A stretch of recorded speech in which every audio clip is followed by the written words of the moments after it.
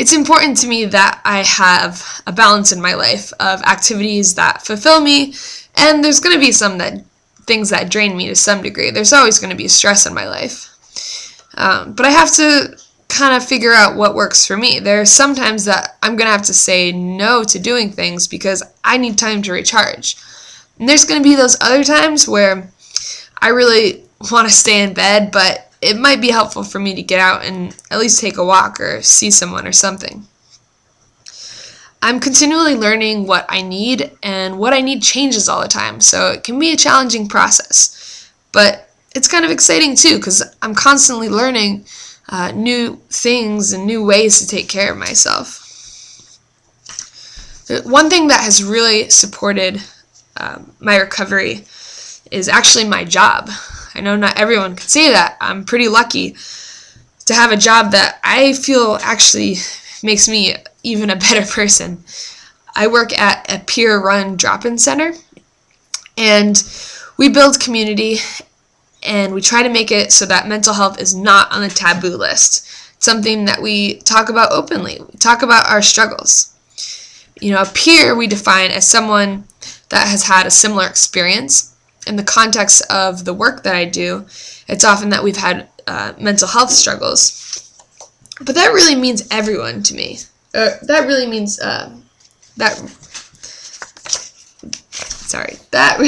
everyone. At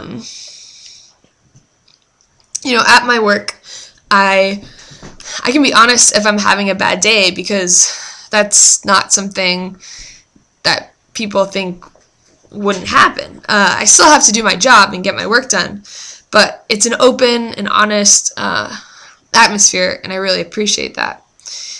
We try to build mutual relationships, so just because I work at the community center doesn't mean I have, to provide all this help to people. It's really about creating mutual relationships with each other, where everyone is both a helper and a helpee, since we're all coming to the table with valuable experiences.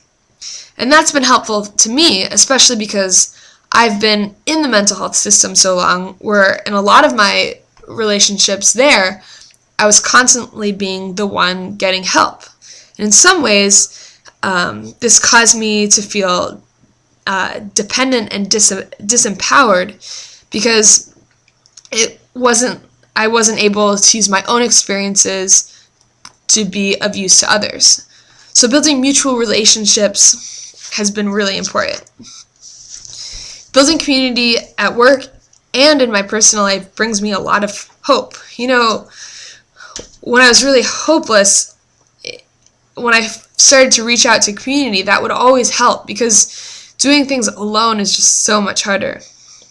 One part of my job is that I get to work on the inpatient psychiatric unit, a place where I've stayed many times myself. I never thought that I'd really be walking back in there feeling so well and on my own terms, but the work that I get to do there is really incredible. And again, it has a lot to do with mutuality. The folks that are there, it's not like I have the answers about how they can get better. Only they can really figure that out, but we can learn together and share our experiences and have a connection that really helps. Because I know when I was in the hospital, if I was able to talk to someone who'd been there also, I think it would have been really helpful. When I go into those hospital rooms, I really have no agenda. It's just about connecting with people. And for me, I know connection is something that leads me to hope pretty fast, so it's really important. Connection has definitely been a theme in my life that I've learned is really important. There's connecting to yourself, and there's connecting to other people also. There's a lot of ways I connect to myself. Sometimes it's just slowing things down and doing something like watching a sunset, going to a yoga class, or even going for a walk and noticing the leaves. In Vermont we have this beautiful fall, and I really love just looking at those crisp leaves, and that can be really grounding for me.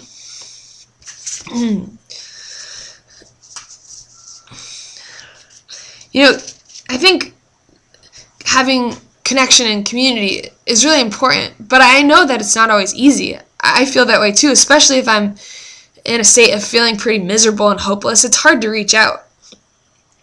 But I want you to know there's a lot of ways that you can do that.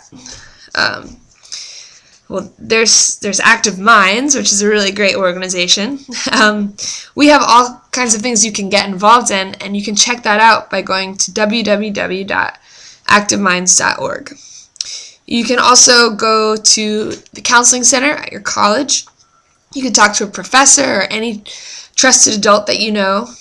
There's all sorts of mental health organizations out there that might not have centers in your area, but you can find them online. For instance, the Icarus Project, which frames mental illness as people having mad gifts that need to be cultivated and cared for. And then my workplace, we use the principles of what's called intentional peer support, developed by Sherry Mead, and that talks about having transformative relationships among peers, and it's a really great organization. There's all kinds of things if you search out there. I've definitely done a lot of searching, so that's one place to start, especially if you're feeling isolated. I stay involved talking with and in communities that talk about mental health openly, because I know that I'm going to have ups and downs for the rest of my life. And there's still days where that's not easy to talk about. There are some friends that it's not as easy to talk about as it is with others. I still worry that people will judge me because of my history with mental health problems, or think less of me. But another part of me, has realized that mental health struggles are really human struggles. This is a topic that everyone has a reason to care about. Like I talked about in the beginning, mental health is a spectrum. We've got all sorts of things on it, like stressors and other things like anxiety and depression and mania and all sorts of things. We could go on and on. I'll never be able to, guarantee that my mental health will be stable. But I can definitely prepare and build things around me to try to ensure that I have the best possible chance of success possible. I'm always trying to build my support system. That's really important to my recovery. And just keeping on top of things like self-care. Go to yoga. I really like taking baths and cooking. It's hard for me to let go of the idea that life will go a certain way, but I've really had to in order to take care of my health, because I can't predict what's going to happen. I can just decide what I'm going to do about it. My life, it's not what I thought it would be, but I'm building a life that I love.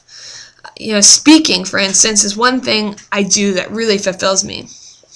In high school, I was so alone and hopeless. But by sharing my story, I've been able to generate so much more hope. And, I hope that all of your stories will be shared by you if that's something you want to do, because I know for me it's been really helpful. I really want all of us to know that we don't have to go through what we're going through alone. Maybe no one can go through the exact same thing and know exactly what you're talking about. But the more I reach out to people, the more I realize that I'm pretty similar to them, even though there are times that I feel really different. There was a point where I was just so desperate. There were many points like that. And all I wanted was just a break from the chaos and negativity that was going through my head. I just wanted someone to understand. What I'm hopeful about is that we are the culture that we live in. We have the opportunity to change it. For me, that starts by talking about those really scary places that we might not want to. Because once we do, at least for me, the healing begins. I know it's kind of cheesy, but I feel like my struggles have made me a lot stronger. I have so much more insight into myself, my relationships, how the world works. I'm constantly becoming a better person. I'm really proud of the person I'm becoming. And I'm just excited because I feel like this is only the beginning. Thanks for having me.